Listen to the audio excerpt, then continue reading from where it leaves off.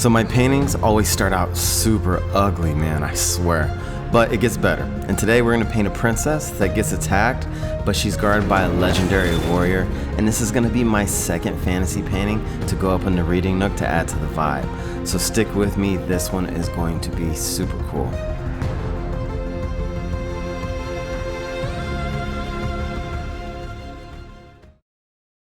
Being that this is my second fantasy painting ever, what I'm about to say is gonna sound crazy, but I'm gonna make an art book. I've been thinking about it a long time and I just wanna make this sci-fi fantasy mix art book that I can be proud of. Now, in the art world, I'm no one. I'm not even a whisper of a fart to the smallest art circle, but I'm good with that.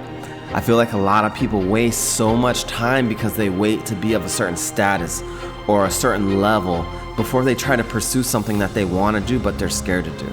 And if you wait for this supposed green light, you're gonna be waiting forever, man. Like, no one's gonna tell you, okay, now you're ready.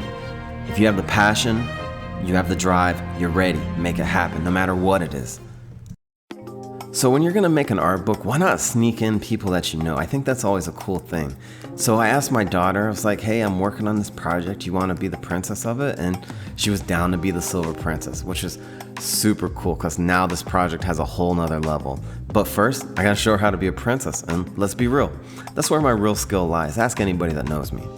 But she did everything perfectly. We got the vibe, we got the pose, we got our laughs, of course, but not to be after school especially, core memory definitely was unlocked, and this painting will last forever.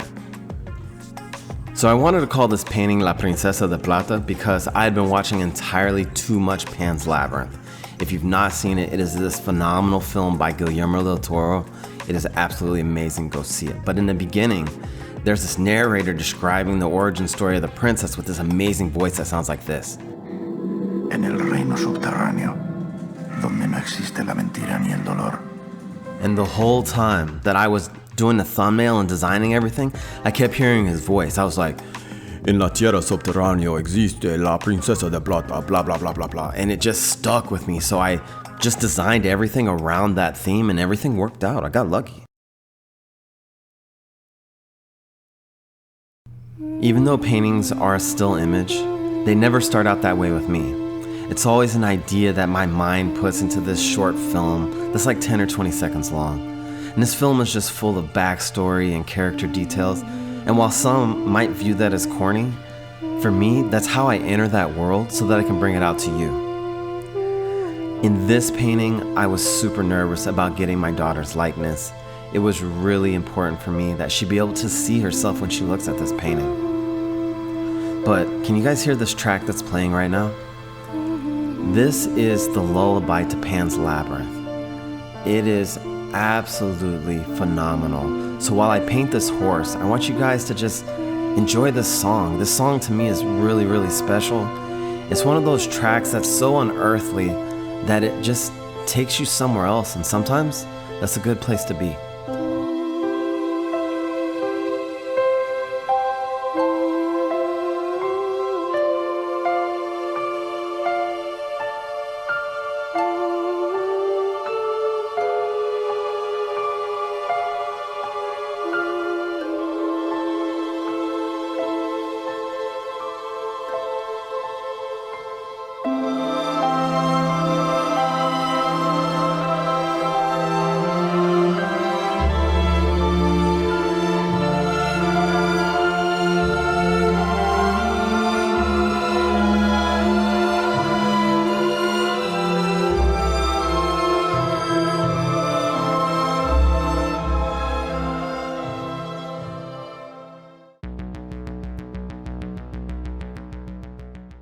So before I paint the Guardian, I wanted to share this adventure I went on a long time ago. This was back in 2021.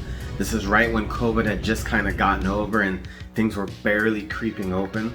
And I flew to West Palm Beach because Larry Kenney, the voice actor from the Thundercats and the Silverhawks, was gonna be there. And after painting Lionel in 2020, and being lucky enough to have him video chat me while I was painting it. How are you? I just knew I had to meet him and had to have him sign my painting. So you can guess that this had a huge influence on how I painted the Guardian. If you're an 80s kid or you know Silverhawks Thundercats, this will be a cool adventure. If not, this will explain my craziness on the canvas.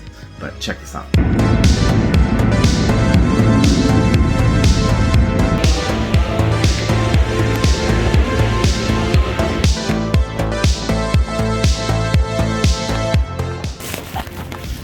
So weird to be in the airport. It's like completely empty. It's nuts. Like holy shit, that's really weird. It looks good. I painted that one, I think, before I painted yours. Okay. But it looks wet. It's not wet. It's just like the varnish on it. Oh, okay. Okay. What color do you want me to?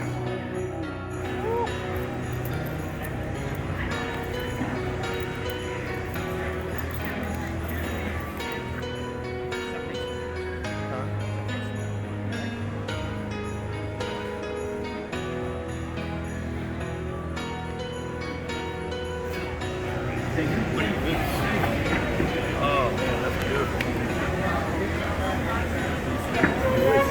Man, that's awesome. It's beautiful. Now, is this your original? I mean, I know you made this. Yeah. But is this your artwork too?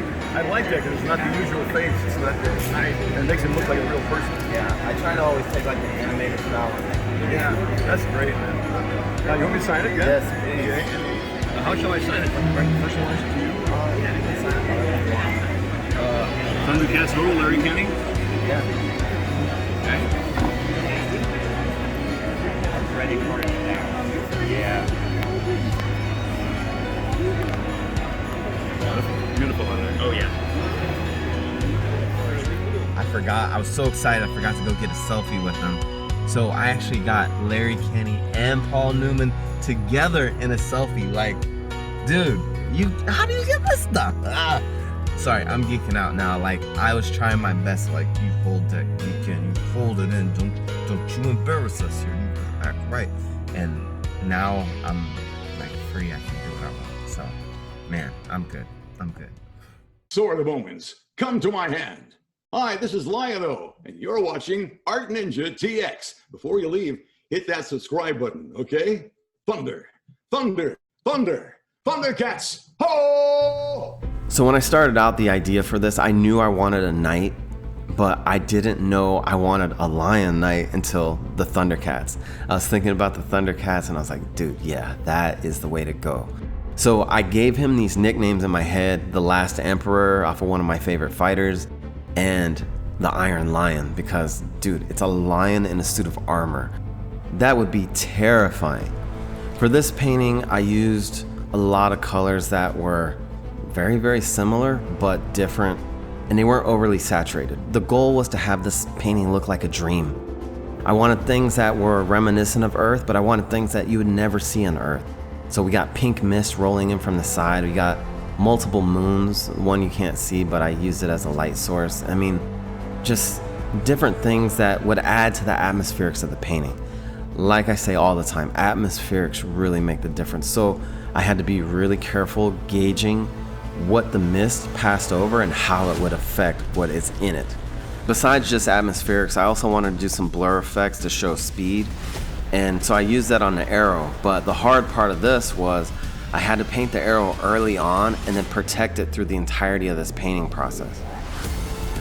Painting the lion itself was a little bit nerve-wracking because I haven't painted a lion in a long time, and it had some serious ugly stages. I mean, look at that yellow, how intense it is. It was really, really hard to look past that and be patient to let everything build up and let your other colors dull out the yellow. It was definitely a test of patience, but I put some tunes on and just battled through these ugly stages and persevered.